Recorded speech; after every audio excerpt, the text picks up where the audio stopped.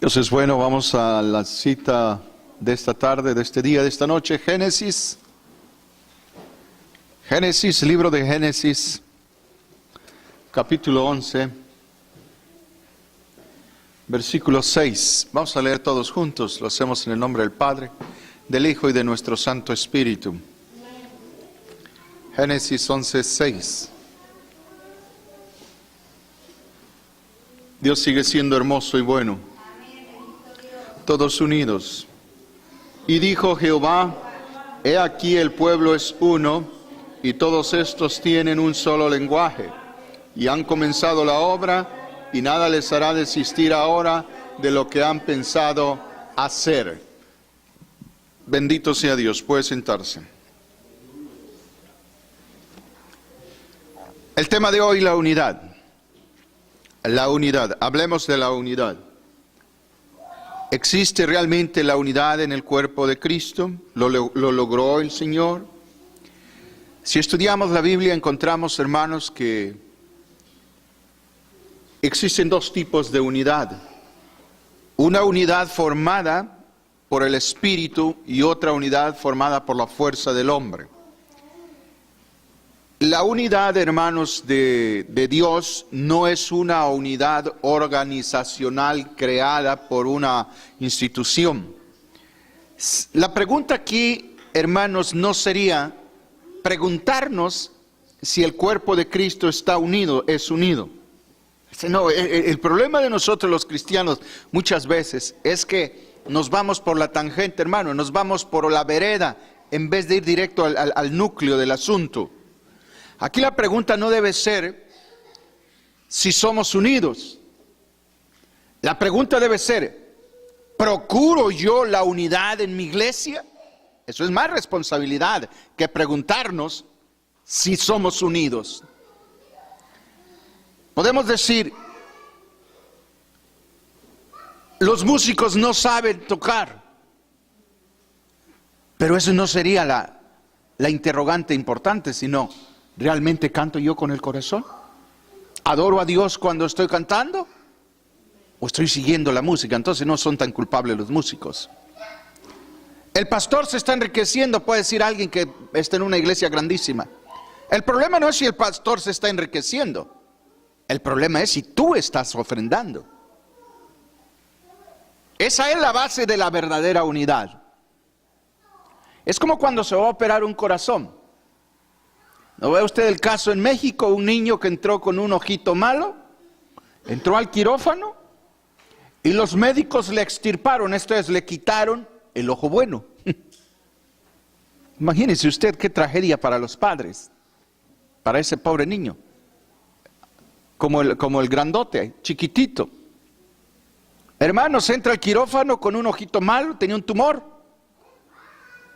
y los médicos le quitan el otro ojo bueno. Esto fue terrible. Acaba de pasar en México. El problema no es, hermanos, no solamente son los médicos, el problema es que no supieron distinguir qué ojo era el malo.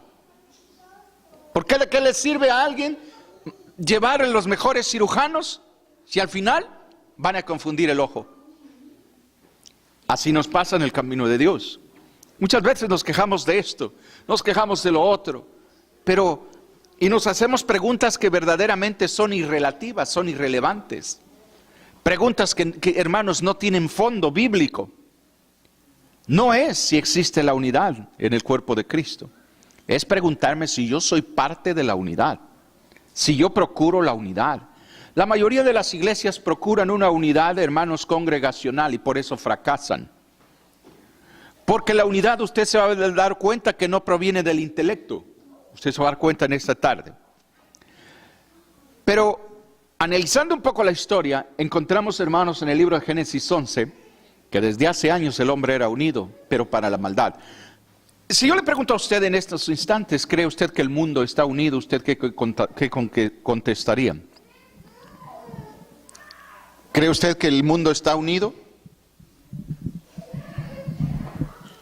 ¿Habrá unidad en el mundo? Seguro que sí hay unidad en el mundo. Pero hay una unidad macabra, diabólica. No es una unidad sana. La Biblia dice en Génesis 11:6, hermanos, que el hombre se propuso construir una torre, porque temían al diluvio otra vez. Se propuso construir una torre, hicieron los materiales, y dice Dios que vio que ellos estaban decididos a lograrlo. ¿Por qué? Porque estaban unidos. ¿Usted no se ha dado cuenta de la unidad en el lado malo? Por ejemplo, yo me entero que a uno de la familia, hermanos, de los del Mayo Zambada, los agarran allá en la frontera, pero aquí en Estados Unidos, los agarran por el área de San Diego y les dan 22 años de cárcel. 22 años de cárcel con miras a salir a mitad tal vez de la condena. Y usted mira hoy, en estos días, en este año del 2015, hay estados en los Estados Unidos donde la pena por agredir, por faltarle, por injuriar a un homosexual es de 60 años. O sea, hay una unidad macabra, alguien que ha envenenado a la sociedad, le dan una condena irrisoria cuando por defender los derechos civiles de alguien, hermano, lo toman como una catástrofe. No promuevo que no debe de haber una ley que defienda los derechos de quienes sean, todo lo contrario. Lo que estoy hablando es de la no equidad. No existe equidad en las leyes del hombre. No hay igualdad, amén. No hay igualdad, no es que no deban de ser castigados. Lo que estoy hablando es que debe de haber parcialidad, hermano. En ese tiempo ya el pueblo era unido, pero para la maldad. Ahora veamos lo que Dios, hermanos, pide en este siglo. Ahí estaban dispuestos a levantarse fuerte, unidos. Y reza el refrán en Latinoamérica: pueblo unido jamás será vencido, dicen. Así son los matrimonios. Los matrimonios, cuando oramos juntos, cuando caminamos juntos, es muy difícil de romper ese doblez, dice Eclesiastés. La condición para la unidad perfecta en el pueblo de Cristo no basta desearlo, saberlo o hacerlo. No. Por eso fracasamos, hermano. El común denominador para la unidad está basado en el amor. En el amor. Por eso le dije al principio, no es digno e inteligente preguntarnos si existe la unidad en el cuerpo de Cristo. Eso es muy ajeno. La pregunta perfecta sería: ¿soy parte yo de la unidad? ¿Promuevo la unidad con mi pastor y con mis hermanos? ¿O soy parte de la desunión? La base es el amor. Por eso hay muchas iglesias, hermanos, que no dejan entrar a otras en su organización, porque tienen una unidad organizacional y se creen perfectos.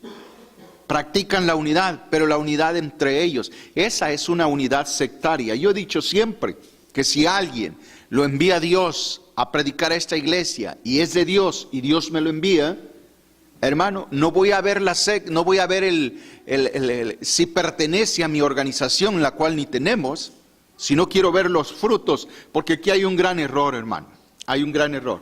Yo le he enseñado a usted que la mayoría de nosotros los cristianos perseguimos los dones espirituales, los dones espirituales, pero los frutos no cualquiera los anhela.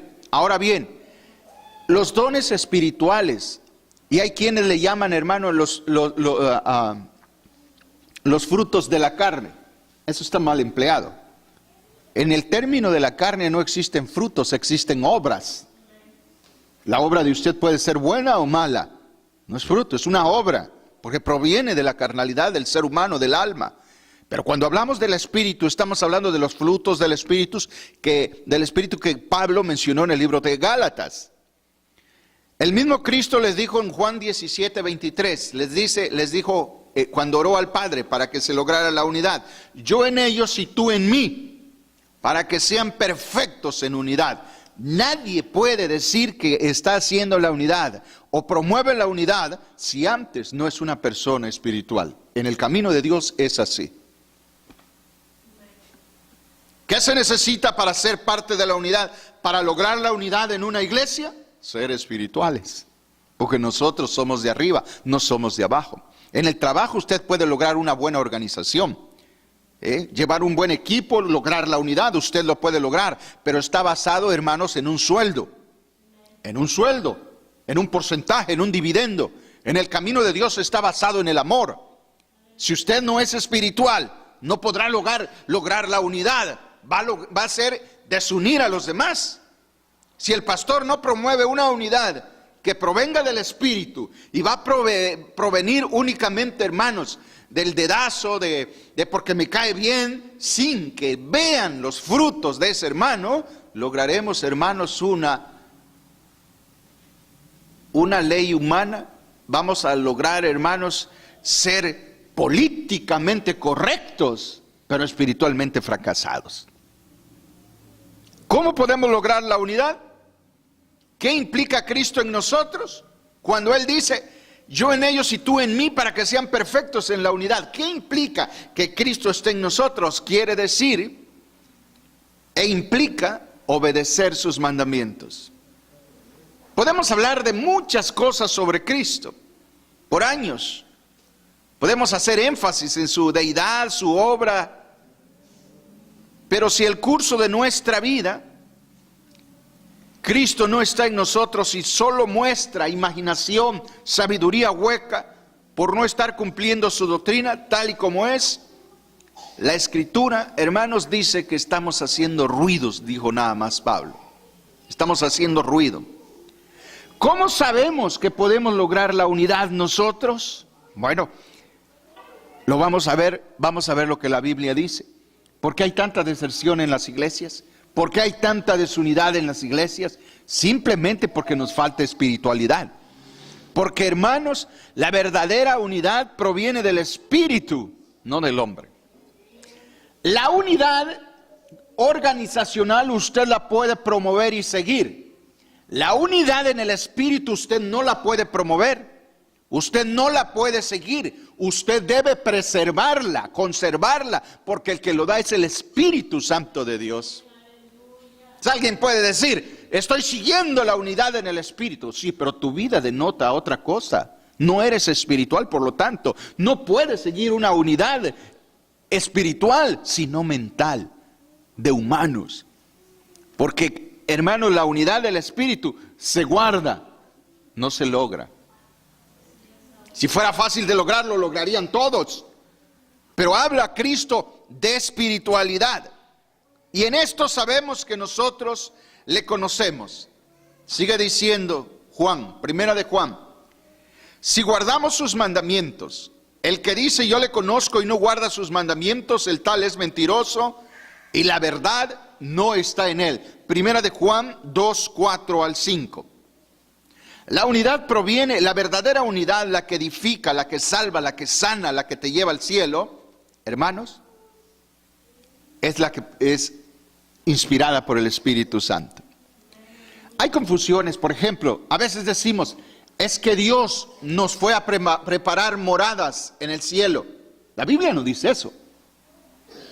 La Biblia dice, en la casa de mi Padre muchas moradas hay, amén.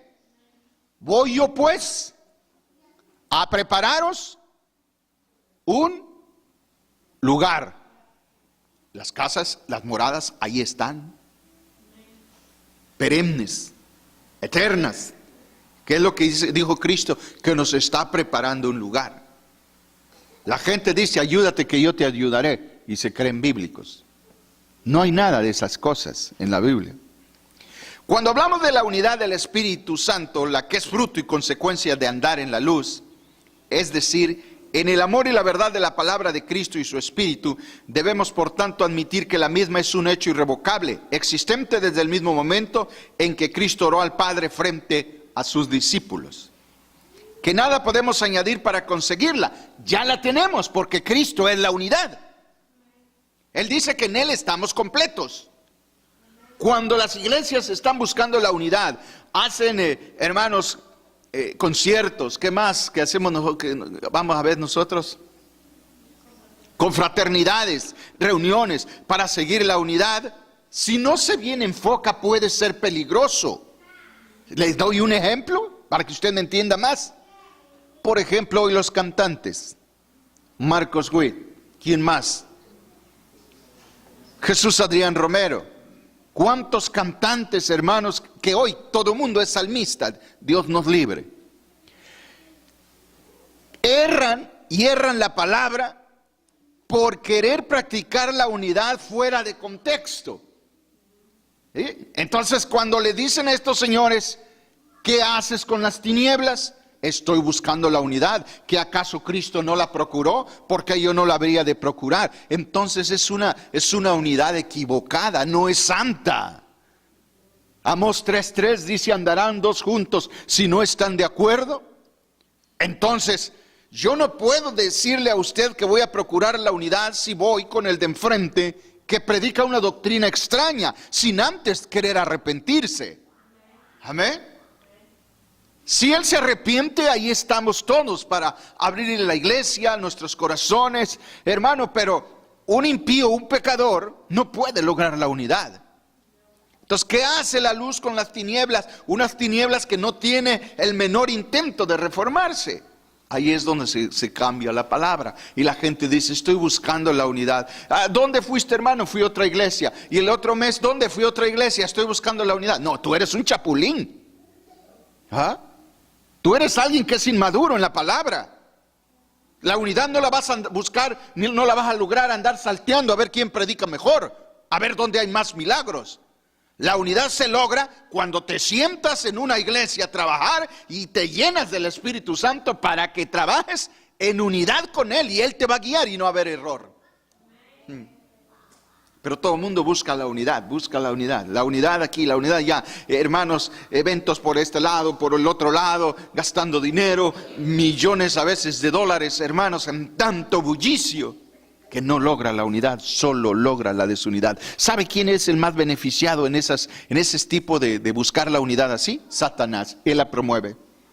Él quiere que estemos buscando una unidad extraída de nuestro intelecto. La unidad viene de arriba. Si eres espiritual, habrá unidad con quién, con otro espiritual. Amén. No podrás estar mucho tiempo al lado de alguien que no es espiritual, porque vas a sentir en tu corazón algo que está mal y vas a decir, bueno, yo tengo que irme, tengo cosas más importantes que hacer. Y te quieres ir, quieres salir porque sabes que esa persona toma, fuma, no habla tu lenguaje. Ya le diste el mensaje, no quiere nada contigo, nada con el Señor. Entonces tú te quieres ir, mejor te vas. No te gozas de la maldad en que vive Él. En otras palabras, la unidad solo existe en los creyentes, cuando estos lo son de a de veras porque guardan sus mandamientos. Si guardan sus mandamientos, pueden promover la unidad. Él mismo lo dijo, y nosotros los pastores, los cristianos, todos fallamos, hermano. Él dijo en el libro de Mateo, por sus frutos los vas a conocer. Sí, eso dijo. ¿Y qué hacemos nosotros? Lo cambiamos. Es porque me cae bien, por sus habilidades, porque sabe, porque es diestro, honesto, porque habla bonito, porque predica bien, porque toca bien, porque es buen amigo, porque es buena amiga, porque me hace reír, etcétera, etcétera. Cambiamos los parámetros de Dios y hacemos nosotros las diferencias. Este es espiritual porque me cae bien. No, Señor. No podemos hacer diferencias entre nosotros. Un pueblo maduro debe reconocer quién es espiritual en su casa, en su iglesia. Debe saber quién es espiritual. Y el que es espiritual, usted no va a tener que explicarle mucho. Con poquito que usted le diga, usted va a tener un eco positivo. ¿Por qué? Porque es maduro, es espiritual, hablan el mismo lenguaje, se engranarán rápido, como el reloj, la máquina del reloj, y van a girar al mismo nivel y bajo la misma dirección. Pero qué duro es tratar a veces con personas que no hablan tu unidad, no hablan tu idioma, no son espirituales. El mundo no es espiritual. Este error sucede hoy, hermanos. Satanás ha metido en los pastores y en las iglesias que la unidad se va a lograr hasta que conquistemos al mundo, hasta que venga, que la unidad no viene porque no ha venido el gran avivamiento. Es que no hay tal en la Biblia. No hay avivamiento para alcanzar la unidad. La unidad, los avivamientos vienen en base a la unidad que la iglesia tiene. Cuando la iglesia tiene unidad, existen avivamientos. Cuando la iglesia, hermanos, no mira por sí mismo, mira por su hermano, mira por los demás, todo el tiempo, hermanos, Dios va a estar haciendo milagros, haciendo obras. ¿Por qué? Porque Él no se puede negar. Gente honesta, Dios le sigue dando. Gente que temerosa, Dios le sigue mostrando, abriendo puertas. ¿Por qué? Porque Dios es agradecido. Todo lo que Él dijo, lo quiere cumplir. Y lo va a cumplir si nosotros le damos la oportunidad. Ahora, ¿por qué es que la unidad no se da como debiéramos? Porque nosotros filosofamos en nuestra mente. Decimos, esto fuera mejor, si yo fuera pastor hiciera esto, si yo tuviera la oportunidad cambiaría esto del mundo. Somos muy moralistas nosotros. Tenemos tanta capacidad para cambiar al mundo entero, pero no somos capaces de cambiarnos nosotros mismos. Qué ironía, ¿no? Por eso el mundo está como está. Por eso está de esta manera el mundo, hermano. Porque el mundo siempre quiere cambiar a los demás. En el mundo existe un espíritu de fariseísmo. Siempre tiene error el otro, uno no. Y en el cristianismo verdadero, hermano, nosotros somos espejos de nuestros hermanos. Mi comportamiento es el que va a ilusionar o desilusionar a mi hermano.